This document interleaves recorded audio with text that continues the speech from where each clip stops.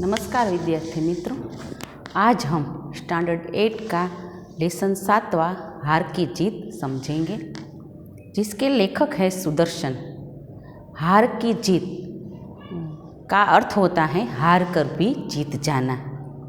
सुदर्शन जी ने इस कहानी में, इस लेसन का प्रकार है कहानी। एक साधु जिसका नाम है बाबा भारती और एक डाकू जिसका नाम है खड़क सिंह, उसके बारे में जो बात कही है कि बाबा भारती के पास एक सुंदर घोड़ा था जिसे डाकू खड़क सिंह छीन कर ले जाता है, लेकिन बाबा ने एक बात ऐसी कही जिससे डाकू का हृदय परिवर्तन हो गया।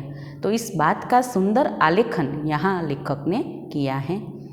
इस लेसन में जो भी नए शब्द आते हैं मैंने यहाँ लिखे हैं, उसको अगर हम पहले देख लें तो करुणा यानी कि दया, कीर्ति यानी कि यश, प्रशंसा यानी कि तारीफ, विचित्र यानी कि अनोखा, अधीर यानी कि उतावला, कंगाल यानी कि निर्धन, नेकी यानी कि भलाई, कुख्यात यानी कि बदनाम, चाप यानी कि पग ध्वनि।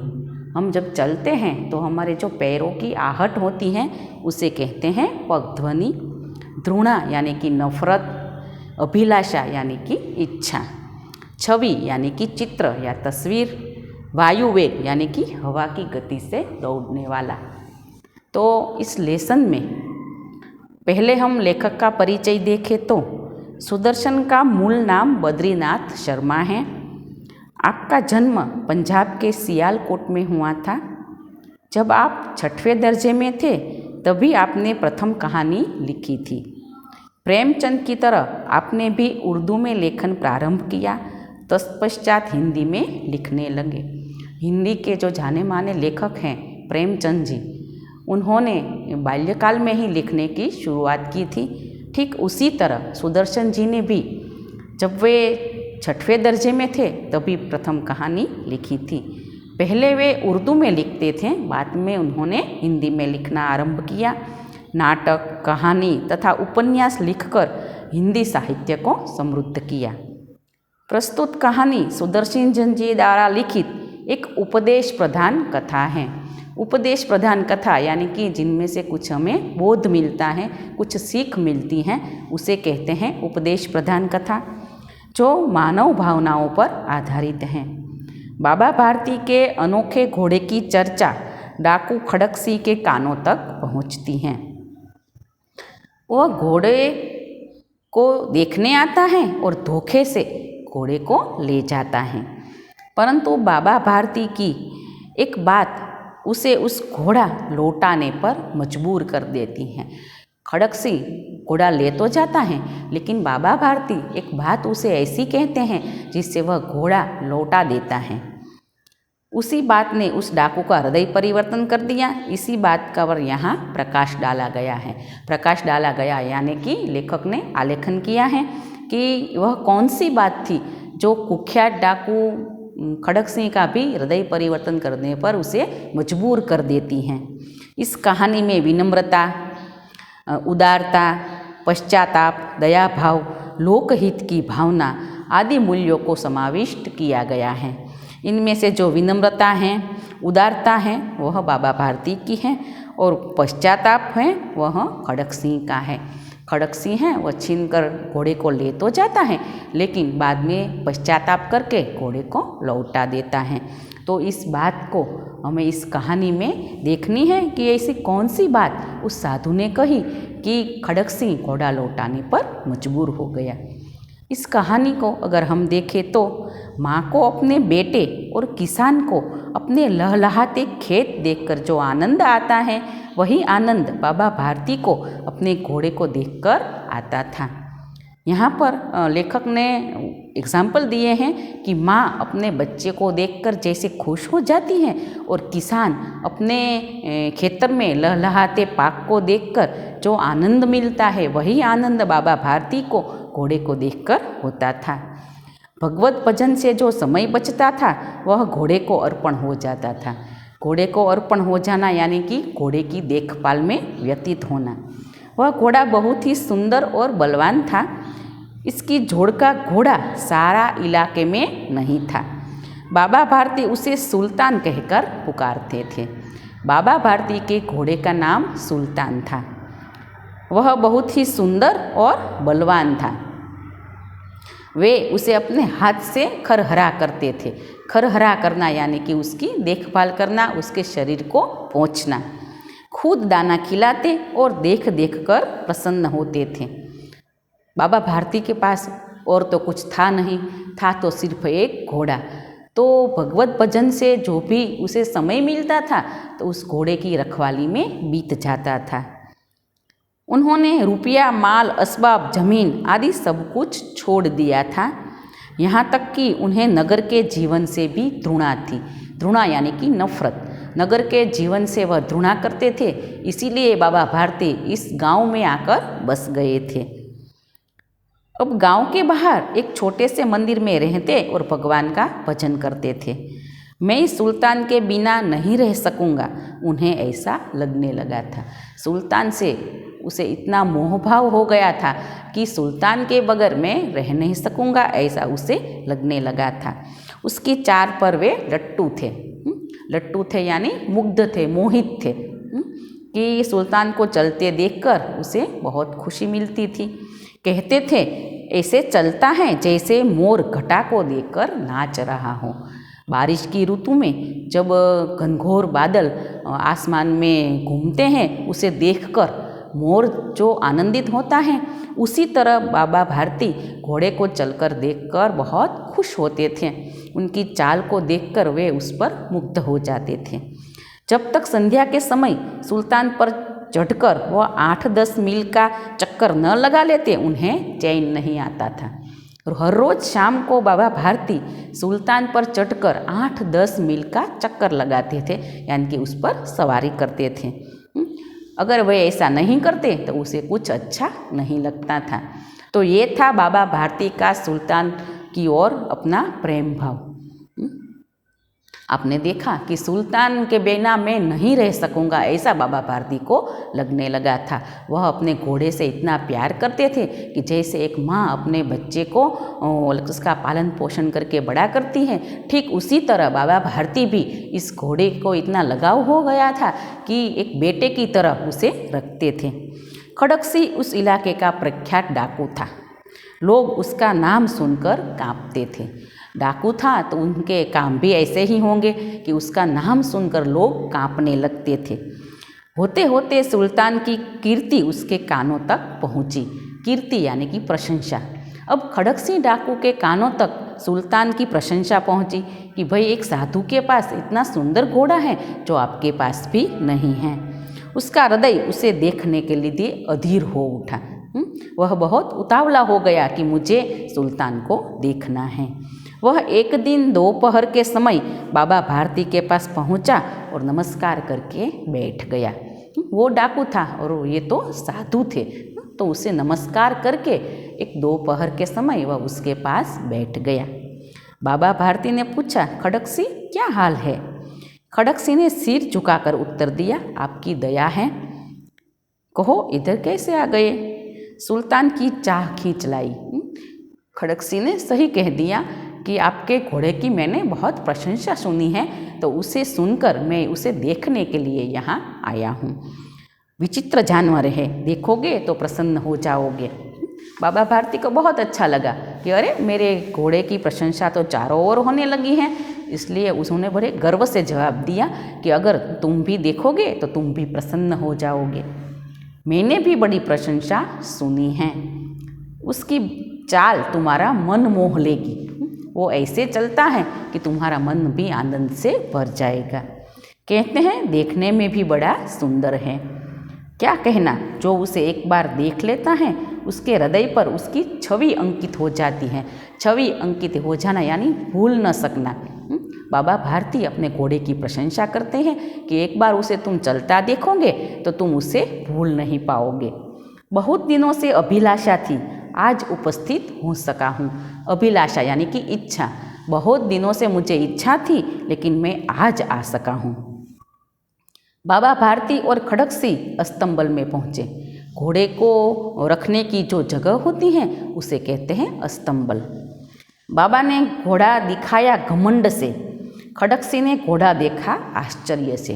बाबा ने बड़े अभिमान से, गर्व से अपना घोड़ा दिखाया कि देखो ये घोड़े की मैं कैसी देखभाल करता हूँ कि इतना अच्छा मेरा घोड़ा है। और खड़क सिंह तो आश्चर्य में पड़ गया कि अरे एक साधु के पास ऐसा घोड़ा कहाँ से आया। उसने सहस्त्रों घोड़ों देखे होंगे परंतु ऐसा बांका घोड़ा कभी उसकी आँखों से नहीं गुजरा था।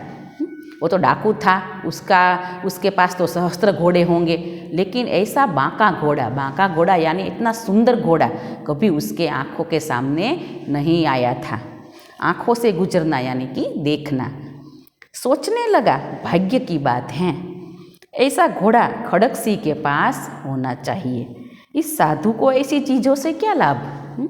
साधु को तो भगवत भजन करना चाहिए, उसे घोड़े रखने की क्या ज़रूरत है? ऐसा घोड़ा तो मेरे पास होना चाहिए। कुछ देर तक आश्चर्य से खड़ा रहा। इसके पश्चात उनके हृदय में हलचल होने लगी। बाल को किसी अधीरता से बोला, परंतु बाबा जी इसकी चाल न देखी तो फिर क्या? उसके मन में बाल को किसी अधीरता हो गई कि कब मैं उसका घोड़ा ले जाऊं। तो बाबा जी से कहा कि मैं उसे चलते हुए देखना चाहता हूँ। आप उसके चाल की बड़ी प्रशंसा करते हैं तो घोड़े को चलकर भी दिखाइए। बाबा जी भी मनुष्य ही थे। खड़क सिंह के मन में क्या चल रहा था वह बाबा को नहीं पता था। अपनी वस्तु की प्रशंसा दूसरे के मुख से सुनने के लिए इनका हृदय अधीर हो गया था। अधीर हो जाना यानी एकदम तावला हो जाना।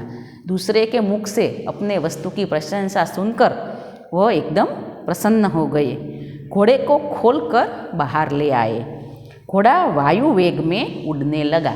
वायु वेग यानी कि हवा की गति के साथ। घोड़े की चाल देखकर उसके हृदय पर सांप लौट गया। वो तो एकदम आश्चर्यचकित हो गया। सांप लौट जाना यानी कुछ न बोल सकना। ऐसा सुंदर घोड़ा देखकर खड़क सिंह के हृदय पर सांप लौट गया, कुछ बोल ही नहीं सका। वह डाकू था, जो वस्तु उसे पसंद आ जाए उस पर अधिकार समझने लगता था। जो भी चीज़ उसे अच्छी लगे वह छीन कर ले जाता था, क्योंकि वह तो डाकू था। उसके पास बाहुबल था और आदमी भी। जाते जाते उसने कहा, बाबा जी मैं यह घोड़ा आपके पास नहीं रहने दूंगा। उसके पास बहुत बाहुबल था, हिम्मत थी और उसके मदद करने के लिए बहुत सारे आदमी भी थे। तो गर्व से कहा कि यह घोड़ा मैं आपके पास नहीं रहने दूंगा, ये तो मैं ले जाऊंगा। बाबा भारती अब डर गए कि इस डाकू का तो भाई क्या कभी भी आकर छीन कर ले जाएगा। अब उन्हें रात की नींद नहीं आती थी। सारी रात अस्तंबल की रखवाली में कटने लगी।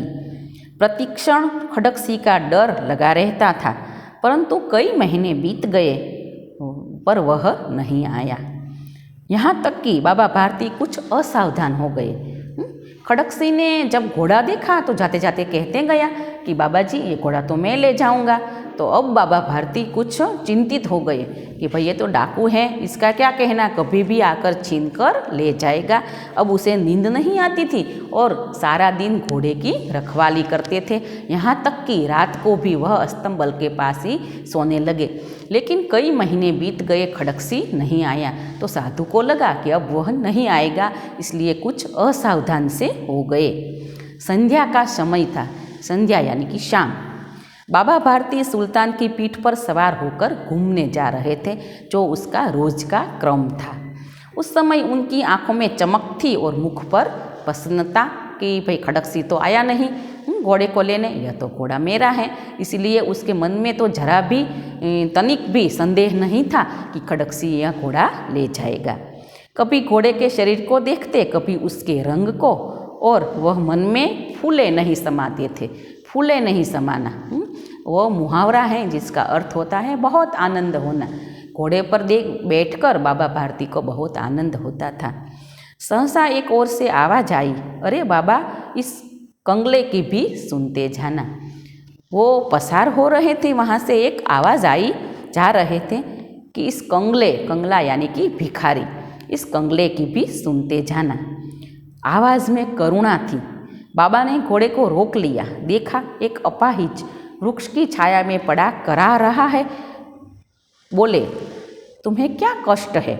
बाबा ने क्या देखा कि एक वृक्ष की छाया में एक अपाहिज पड़ा पड़ा कष्ट से दुख भरे चीख निकल रही है, कराह रहा है। तो बाबा जी तो साधु थे, उसके मन में तो करुणा बहुत थी। उसके पास गए और कहा कि तुम्हें क्या कष्ट है?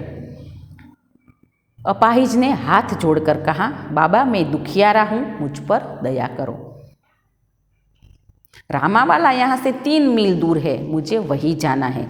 घोड़े पर चढ़ा लो, परमात्मा भला करेगा। मैं अपाहिज हूँ, चल नहीं सकता। रामावाला नामक गांव में मुझे जाना है, जो यहाँ से 3 मील दूर है। आप मुझे घोड़े पर बिठा लीजिए तो भगवान आपका भला करेंगे। वहाँ तुम्हारा कौन है?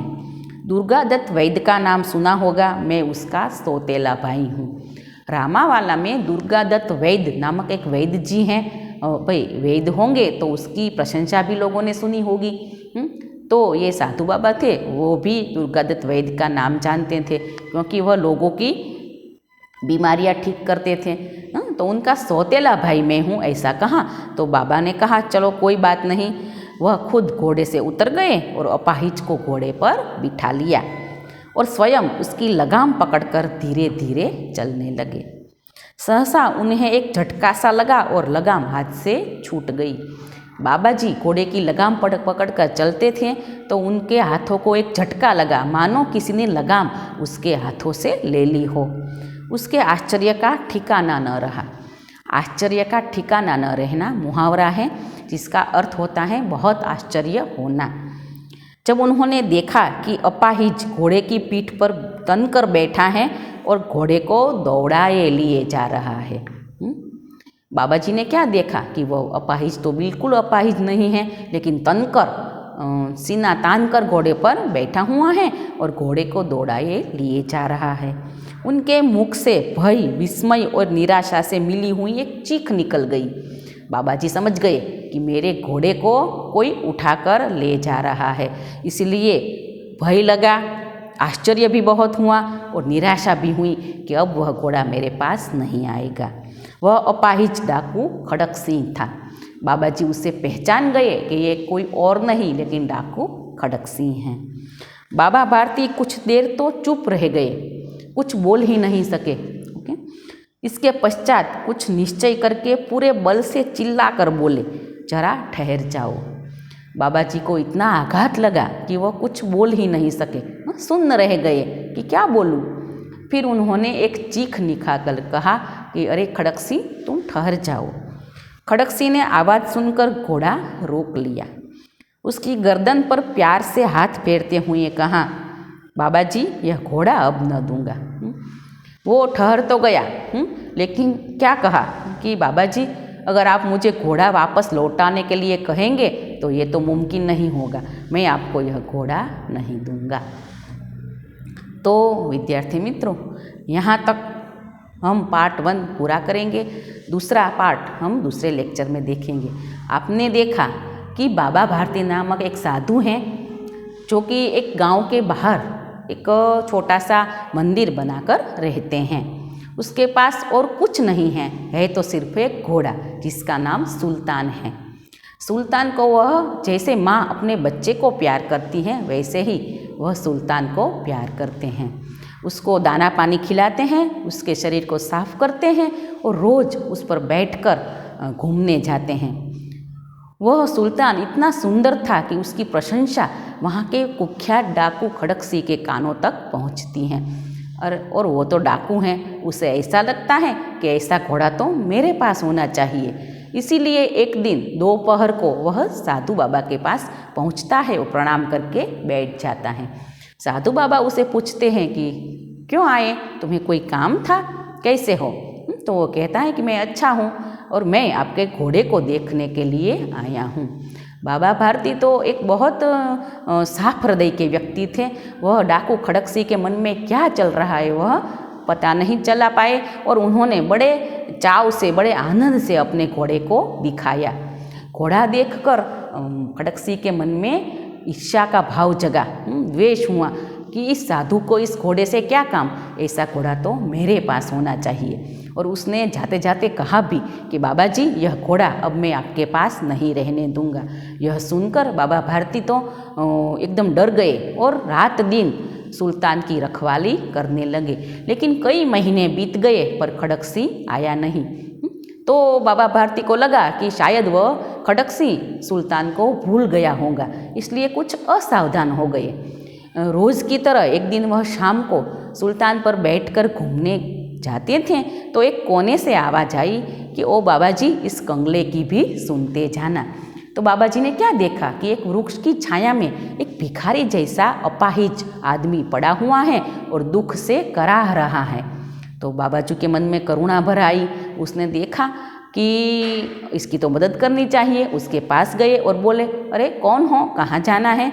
तो उसने कहा कि रामावाला नामक गांव यहाँ से 3 मील दूर है, मुझे वहाँ जाना है और दुर्गा दत्त नामक जो वैद्य जी हैं उसका मैं सौतेला भाई हूँ।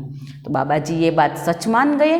तो उन्होंने उसको खींचकर घोड़े पर बिठा लिया और स्वयं घोड़े की लगाम हाथ में पकड़कर चलने लगे। लेकिन एकाएक क्या होता है कि उसके हाथों से लगाम खींच गई और क्या देखा कि वो जो अपाहिज है वो तो बिल्कुल स्वस्थ है और घोड़े को दौड़ाकर भगाकर ले जा रहा है। उसके मुख से चीख निकल गई, आश्चर्य हुआ, भय भी लगा कि अरे ये तो डाकू खड़क सिंह है और मेरा घोड़ा चुरा कर भाग रहा है। कुछ देर तो वह कुछ बोल ही नहीं सके, इतना उन्हें आघात में पड़ गए कि अरे ये तो मैंने सोचा ही नहीं था कि इस तरह से मेरा घोड़ा छीन लिया जाएगा।